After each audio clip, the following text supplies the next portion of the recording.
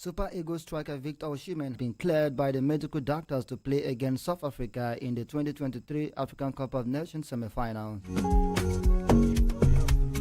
Sources in Abidjan have confirmed that Osimhen is expected to be fit for Wednesday game. The Napoli hitman have traveled to Barque, where he will join up the rest of the squad. Doubts over his involvement arose on Monday after the team sent out a statement revealing that Osimhen was dealing with an abdominal discomfort. Osimhen, who has scored only one goal at the tournament, was left behind.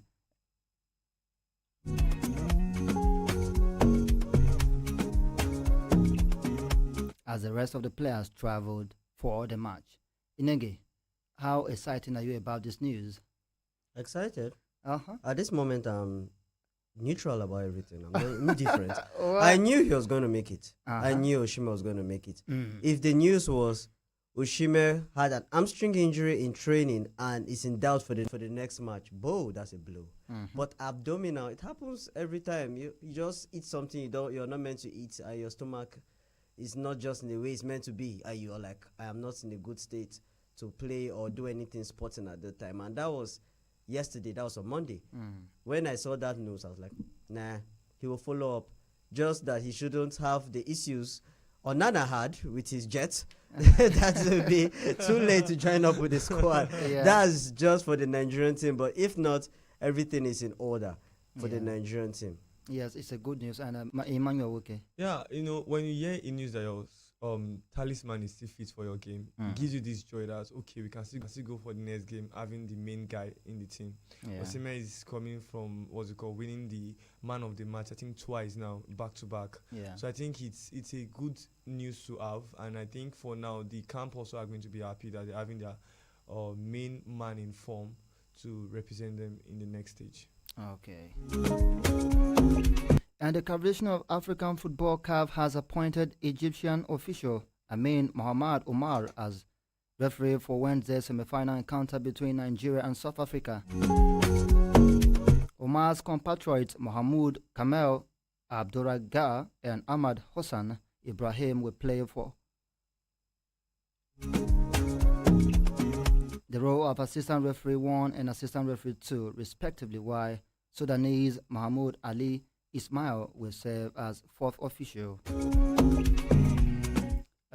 Jamming gets. Now Egyptians are starting in to officiate the game. Well, I think this is a card from the CAF themselves. They're trying to help us to see something that they are not being biased. If you look at the two teams that are playing, we have one from South Africa, we have one from West Africa. So I think bringing the North Africans to actually officiate is a way of showing, okay, we're trying to judge this fairly. I don't expect the North Africans to be taking side in this particular game. But we can't tell. South Africa has actually shown some of the North Africans pepper before. So we can't, maybe they will support us, just saying. They don't have supporters. Our only support should be coming from Osimhen, Victor Moses Simon, and Nigerian players Olaina. Nengi. Yes. I will say that so far in the tournament, the officiating has been fair. And I don't see it being at this crucial hour in this tournament where all eyes are on all the 4 teams that are involved for the 2 that will proceed to the finals. Then you will see anything twitching off.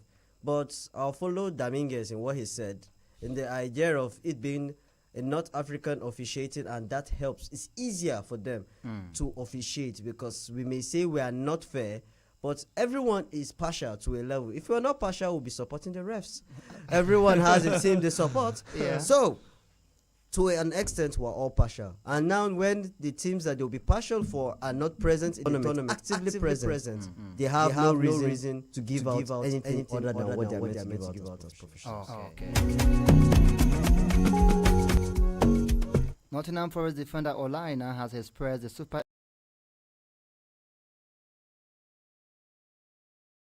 Day.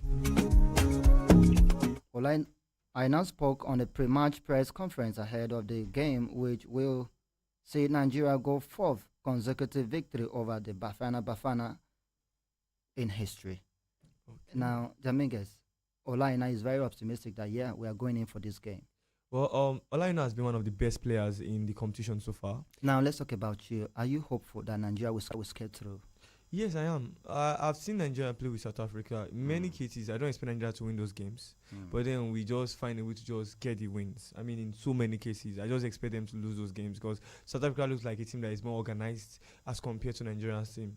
But there's just this mentality that comes when you have the history behind you, this record behind you that, this is a team we're going to crush, we're going to beat. It's just like when Arsenal are playing with, Tottenham, the North London rivalry. Even though Arsenal are very poor, there's just this mentality that it's Tottenham. Yeah. Do you get? So I feel like that might also be another, it can also play into a Nigerian's game. They can play into our hands where we are able to use that to boost our confidence in this game. Okay. Yeah, Nenge. Yeah, I'll say that I said in the past, and I'll still stick to that if Nigeria are really, really ready to win the South Africans, first of all, they need to take their chances. This is the moment they say that when the going gets tough, the tough gets going, and this is the toughest of it all. Okay. So now for Nigeria to show that they are ready for this fixture, everyone has to be working on all cylinders. And when I mean everyone, I'm still putting Victor Osimhen under in brackets. He needs to do more than just what he has done. A ball needs to be in the net. One player Nigerians have been agitating for is Kelechi Iheanacho. His absence in the team, everybody over the street, on the street, is also saying, why is this guy not playing? Does it bother you that Iheanacho is not playing? It's easy for people on the street to shout Iheanacho should be on the pitch. But I won't blame the coach for not putting in Iheanacho in that team right now. Yeah. So far, if you notice, almost every game Nigeria has played in this tournament has been like a final because of the goal difference. The only game Nigeria relaxed a bit was that against Cameroon. And that was because of the 2-goal difference. If Nigeria had that 2-goal advantage in the last match against Angola, trust me, the coach could easily infuse new players to see if a new tactics could have worked out the way it should work out, and know that, okay, when it going gets tough in this match, I can twitch it up this way. But now you can't just make those kind of changes. Who are you going to remove and fix it? Like, okay, someone can say he will take out Iwobi. But the work and the shift Iwobi puts in, is it the same shift Iheanacho can put in? We have to check all these things. And this is a coach that's never loved by many. we are worried to the fact that Paul Onuachu has been featuring in the game.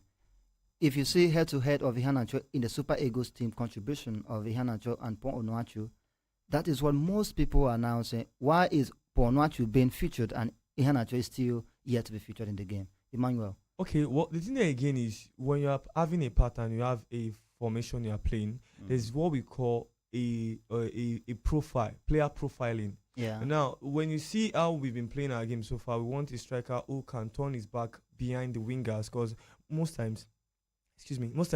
of our wingers come in feed, like they come into the the box. Yeah, they cut in most times. So what we're doing right now is more like an inverted wingers in this sense. You know why we do inverted wing backs now, having inverted wingers who are cutting in. So you need a striker who can hold 2-3 players behind him, then try and drop the ball for them to see. And that's why you say that most of our goals have been coming from the wingers, because they are the one running into the box in most times, getting the goals for us. So if you are using Kelechi Iheanacho in that sense, Kelechi the profile is not there.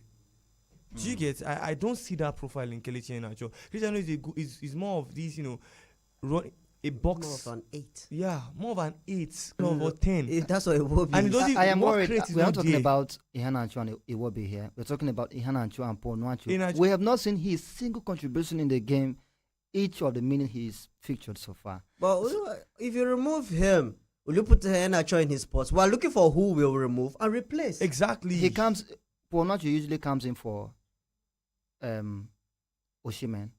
And he plays 9. Osimhen also plays 9. So why not bring in Iheanacho rather than bring in Osimhen? Anyway, that's a story for another day. We hope that the coach will do the needful, so it will bring an impact into the game tomorrow. If you're just joining us, this is Agate Radio 95.5 Star FM Makudi, and the program is AFCON Half Hour. With me on the saying, I'm in the studio with Emmanuel Woke and Nengi Nyagba. Now let's take a look at the head-to-head of Nigeria and South Africa.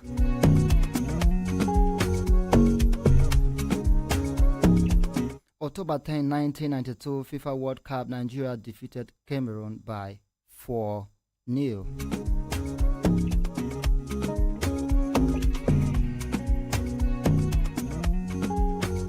In January 16, 1993, in the FIFA World Cup, Nigeria drew 0-0 with Cameroon.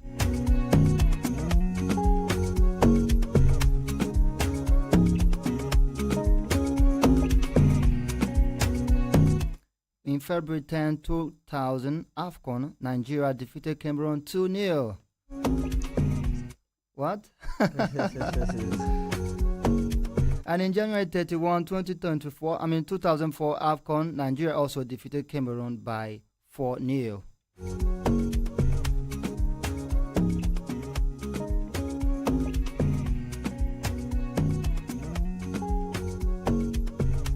And in 2004, it was on the 17th November, Nigeria also defeated Cameroon by 2-1. Nengi, the record has been so awesome. Yeah, it was. Yeah, it baffles me that you're going on and on about records. I know many times they tell me that I love statistics, but to an extent, I let statistics go to leave it to handle itself. For one thing and one thing, time this is a new generation. Most players are new players into the team. Yeah. So yes, their forefathers or the players before them might have done what they should be doing right now, but they don't keep up to that heritage. If you notice, football is no longer war like it used to be. Okay. And just some few teams that take that heritage that the other players in the past had. Yeah. So right now, I would say for the South African players, as I said before, and I'll say it now, they are just playing to survive. So Nigeria. Like when you say play to survive, you should talk about Ivory Coast. They are playing to survive. You know where they came from, and they don't want to go back again. But so if you say play to survive, it means they are playing to win Nigeria and then go home with it. Yeah, they are playing not just to lose. Like they don't want to concede a goal. They are the only team. Remember we brought up the stats that their goalkeeper has 4 clean sheets. Yeah. For a team that has that and has suffered 4 a penalty lot. saves. Yes. Yes. And if you notice, I watched their last match. Yeah. They were not the favorite team. Off and on the pitch. They outplayed them. But they found a way to survive. Okay. So, would Nigeria be a country to understand that this is a team that don't care if they play ugly? They just need to get that result. And they say that according to a coach that I know has said that any tactics is a good tactics as long as you don't lose. Okay, Emmanuel Weko is so eager to make a contribution, but before you do that, let us inform listeners that they can, give their comments or drop their comments on the Agate radio or television page.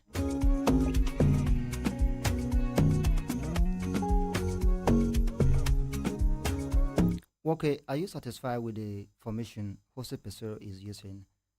Yes, I am, because he's getting the results. You see, everything. I was watching this documentary on Michael Jordan, and they said something about his mentality. He's someone who's not scared of taking risks, and the reason why he's rated as one of the greatest basketballers is the fact that he always wins all the finals, and he's the best player in those finals.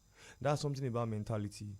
When you have a formation that works for you and has given you that mentality that you are going to win, you work with it, regardless of your opponents. So you wanted to treat it like the last dance? Yes. I mean, the truth of the matter, we've seen Chelsea when they won the Champions League with this particular formation. They didn't play well against Porto, and they won the game. Okay. They didn't play well. All right. Let's pick 1 or 2 calls before we continue with the show. The number to call to be part of the show is 0814 335 9292.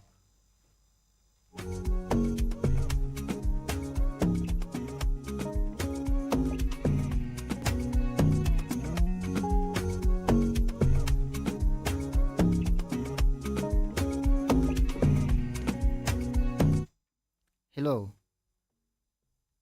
Hello. Hello. Good evening. Good evening. Thanks for joining us. Yes, my name is Jogundo. I'm calling from Lecture here in Makedi. Jogundo, how are you doing? How is Zeka this evening? No problem. We're fine. Okay. Yes, my little contribution is that you people were trying to make analysis concerning the removal of Osimhen. Up to tomorrow, I think Iheanacho is far better than Paul Onuachu. Because, like in the last match, when he was featured, even to control the ball in the field was very cumbersome for him. Yeah. So anytime, any day, to me, Iheanacho is better than Paul Onuachu. Okay. Because there's no need of removing Osimhen when he's injured or tired and then bringing in Paul Onuachu. What is Iheanacho doing there? Since he has gotten to that tournament, he has not been featured. At least he has contributed to the national team more than what Paul Onuachu has done. So I think one of you there who was trying to say that it is better where Osimhen is taken out, Iheanacho should be brought in. I think it is better. In terms of Iwobi has not performed up to what we thought he would do in this tournament. So for me, I don't even know his replacement. I don't know. All right, thank you so much for your contribution in this tournament. Thank If you are talking about Paul Onuachu. Thank you, sir. You have made your point. Thank you so much. Thank you. Yeah. Do have a lovely evening. Remember, you can follow us on Agate Radio to watch us live and drop your comments too.